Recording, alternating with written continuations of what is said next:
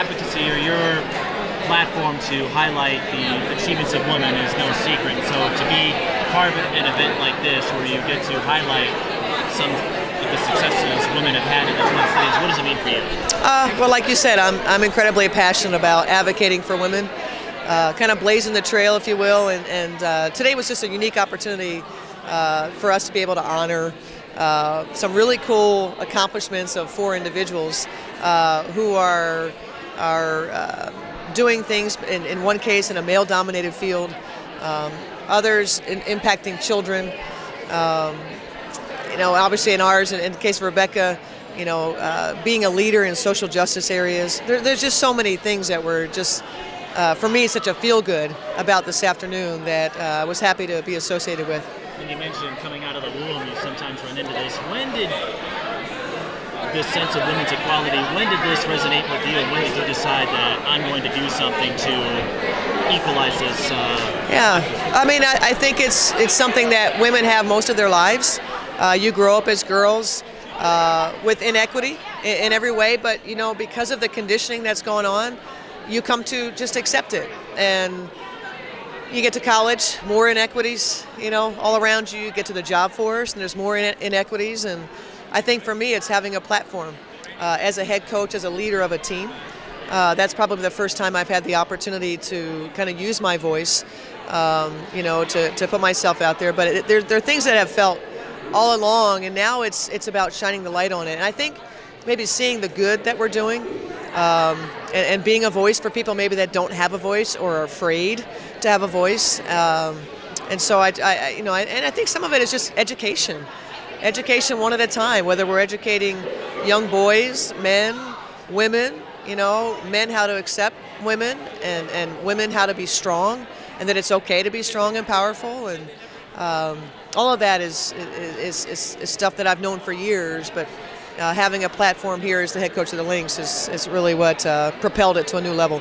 Rebecca's answer, I've heard you say that a million times about getting young boys and, you know, the Yes. fathers bringing them. I mean, what makes that so important, not even on the court, to respect women's basketball? It's beyond that, Yeah, right? I mean, it is. What makes that so important? Well, it's important because what Rebecca's message is, and it makes, you know, complete sense. Like I talked about the conditioning that goes on for girls and boys at a young age. Turn on the TV, what do they see? You know, everywhere you go, you see things. When you go to school, you see maybe the boys get more resources than the girls in something. And so what Rebecca's talking about is when you have young boys come to a Lynx game with a jersey of a player on, they're basically kind of maybe defying that social conditioning, because there are maybe some friends at school that might tell them that's not cool. You know, you're not cool if you're going to watch women's basketball or girls basketball.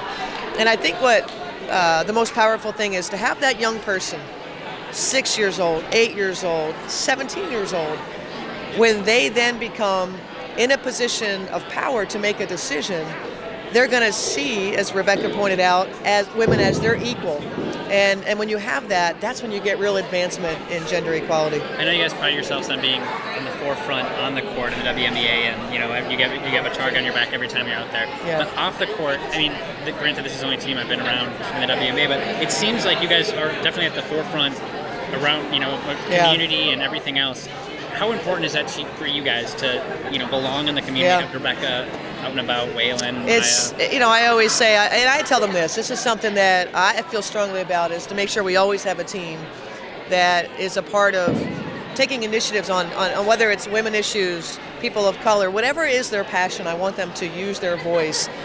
We provide them a very safe environment for that. We want them to push, like Rebecca said, stand in your truth. Everybody gets to be themselves, and I always tell the team I'm especially proud to win championships, but when we do it the way we do it, where we are advocating and being leaders in our community, it's incredibly, incredibly rewarding. You were pretty vocal last year about trying to get more games on TV. Now that FSN is going to do 12 and ESPN is going to do 7, and there might be a couple more down the line. How much do you think that'll help just maybe getting the word out that we got a good product? Well, I mean, there's no denying that media, you know, and that's a very generic word that we all use. It's a very broad brush, right? When we say media, exposure is what we're after. when you turn on the TV and you're able to catch a women's game, and again, we talk about the young girls, boys, people seeing women play professional sports, you gain a greater appreciation, number one, of its existence, and number two, in the case of watching the WNBA, an excellent product. That's something that creates awareness. It creates an interest. There is an interest that, I think that it's representative now of a TV deal. It's taken a long time. Neither here nor there, but it's taken a long time. And I think that it's representative now more of the interest that exists in our product. And if we continue down this path, if ESPN continues to invest in women in sport, they're going to see the returns like they did in the Final Four, in the championship, the ratings they got. They're going to continue to get behind it and fully get behind it, not just be interested in, but really fully commit to it. Don't just say, well, we tried, and you throw a token effort out there. But to really get behind it, you're going to see that it's going to, I think, produce exponential results. The local, they're going to show 25% more games than they did last year. Yeah.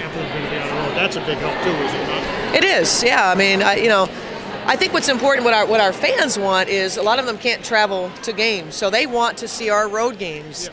And so that's something they're very happy about. And so, in a sense of reward. So the ones that are watching us, the ones our most passionate fans, get to see us on the road. They get to gather, have viewing parties. They get to do those sorts of things.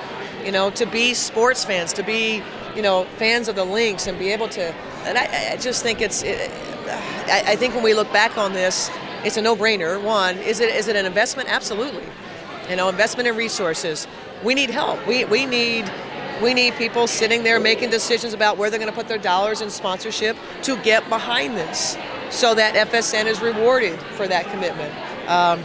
They always say it's a business decision. Well, we need everyone to support this thing, and I think when we look back on this, we're going to see that this is going to prove to be pretty, important, pretty vital to the next step in growth of our game. And after 5 days of practice and previewing the season, including last night, how refreshing is it to come here and put the spotlight, no pun intended, on an issue that will be ongoing no matter how big your title is? Right, exactly. Well, it's like I said, the word I keep using is rewarding. We're not just coach and player type thing. We're people. We're people advocating for other people. It's our passion, not just to strategize how to win a game. Now, that's incredibly important. That's what we do. It's our craft. But to couple that with other things that are so meaningful in improving kind of quality of life in society and making the world a better place, I don't know that there's a better job, if you will, than doing those things.